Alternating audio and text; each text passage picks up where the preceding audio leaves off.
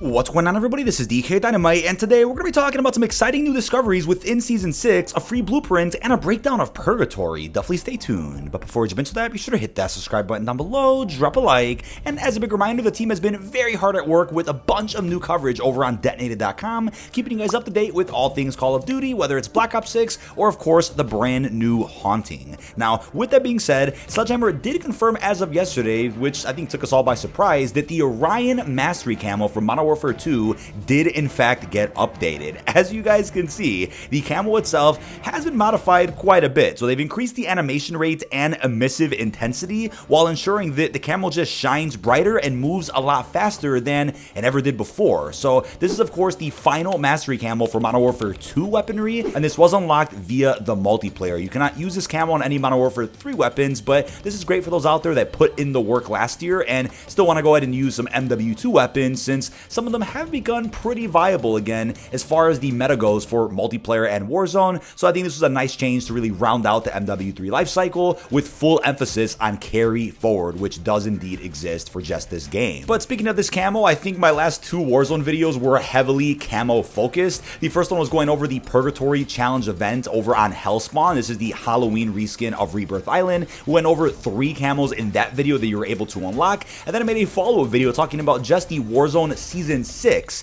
exclusive challenges, which also allow players to unlock a bunch of different camos, and I mentioned some other camos related to the new ranged weapons that got added via the Battle Pass. Those 2 videos are going to be linked down below, but I ended up receiving a surprise package while I was live on stream yesterday. It was a crazy 8-hour grind. We started the stream, read the patch notes, went through the full Battle Pass once the season started, then we were just hunting all day over in Warzone. It was a lot of fun, and I sincerely appreciate everybody that tuned in for that long walkthrough. The package I got does include a little poster of the Haunting, which I know Detonated did report on a few days ago, since content creator and phenomenal dude Wash Your Hands did end up receiving this before the new season started, and it's a really nice collection of all the licensed crossovers that we have here inside of the Haunting this time around. It looks fantastic, and there's also a nice little note in there which kind of brings a tear to my eye a little bit, confirming that this is the end of the Modern Warfare 3 life cycle as we know it. There isn't going to be a reloaded update for Season 6, considering that Week 5 is going to be right around the time Black Ops 6 comes out.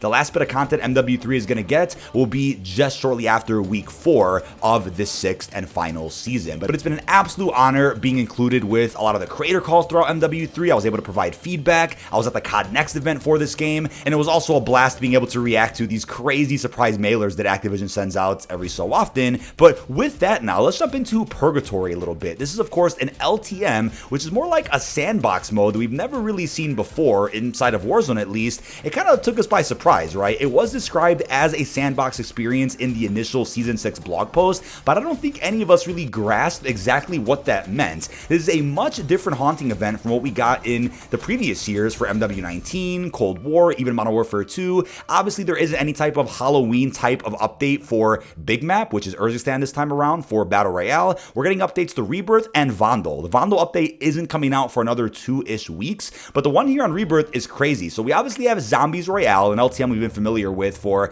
the last couple of Hauntings. That's available in a separate playlist here on Rebirth, but Purgatory is completely different. These are what could be 2-hour-long matches where you have infinite respawns and freedom to do as you please, right? You can get as many kills as you want. You can go ahead and commend other players in safe zones, which puts you in third person. Welcome back, World War II headquarters from 2017. You're also going to come across mercenaries, whether it's zombies from that mutation mode in multiplayer or actual mercs that you would see in a mode like DMZ. Yes, welcome back DMZ here for the Haunting. And apart from that, you can enjoy things like portals and jump pads, a terror ball which can down everybody like a ping pong. I mean, there are so many really cool mechanics in this mode, on top of the flying shipment. I know you guys went crazy with that clip over on Detonated's Twitter. I appreciate all the love over on Fajardi's post there. It was crazy coming across that for the first time. Buddy Taco ended up flying the ship and flipping it. I mean, it was just crazy to experience live on stream with you guys, and that just made things so much more exciting. But a common question I saw in chat and over in some videos is,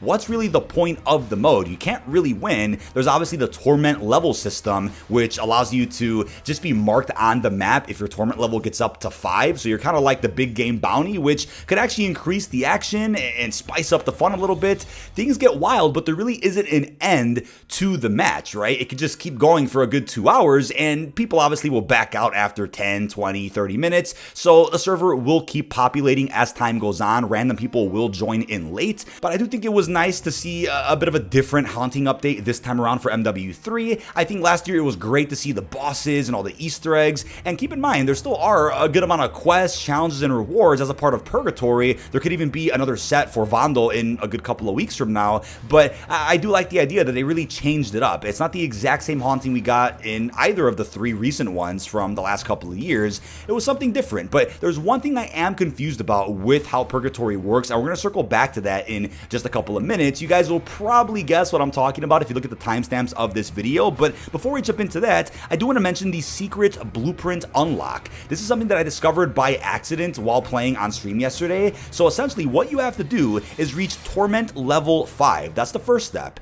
and this can be done in a variety of different ways. So you can either just keep sweating, getting a bunch of kills, and ensuring that you don't die to keep your Torment level. It took me a good 20 plus kills to finally hit Torment level 5, but again, you can actually speed that up if you just keep killing mercs around the map as well. So long as you don't die, you're not on a timer to hit the next Torment level. It'll just keep raising and raising at your own pace if you just stay alive. Now, like I said earlier, once you hit Torment level 5, you're going to be marked on the map as a high value target. So you're going to see more and more enemies push you because of that. So if you have some teammates with you, this will make things hell of a lot easier, right? There's also a strat where you can maybe find a jug kill streak inside of one of the scare packages. And if you just get into a jug suit and continuously kill other enemies, you'll keep regenning health after each kill. If you don't kill any enemies and you just keep getting shot at, then you'll eventually just be killed while in the jug suit. You can't exit the jug suit, which is important to note, but it is also possible to buy a jug suit from a buy station if you save up a good, 40k I think it is. So it's not that bad, but if you get into a secluded area and you got some teammates watching your back and you're not getting bombarded by those heli commanders that we saw in DMZ, if you just stay alive in the jug suit, keep getting a few kills, you can pretty much beat this challenge fairly easily. And what the challenge is to survive at Torment level 5 for at least 5 minutes. So again, once you're marked as that high value target, you're gonna have the whole lobby going after you, more than likely at least, if there's some good players in your lobby. And as long as you survive, you'll be fine. The way I did it was a little bit more difficult, right? We kind of dropped at the water tower towards the beginning of the match, and that's really a sweet spot. If you have a long range weapon that's viable and you have your whole team up there, people will just keep dropping on you, and it's a bunch of free kills to get your Torment level up pretty damn quick. And if you have a long range weapon, you're also going to pick off some people that are on the roof of the prison or in the courtyard or wherever else. It's not that hard to get your Torment level up, but it is kind of just a wide open space that you're in. So what we did is we also moved to the shipment island, right? We kind of got on top of the containers, held that down. We had one of our teammates kind of flying the ship and flipping it if needed to kind of push enemies off, if anything. And what we did is we stayed up there, held our ground down as a team, kept throwing down ammo boxes, and enemies just kept coming. I got Torment level 5 a couple of times while up there, but it is worth mentioning that if you play things slow and maybe you get up to Torment level 4 or something by just killing mercs, then you go ahead and go after some enemies to hit level 5. That's also a strat if you don't want to really rely on other real people pushing you in certain POIs. Because yeah, the pressure is definitely on when you're relying on other real human beings to push you and then having a successful gunfight.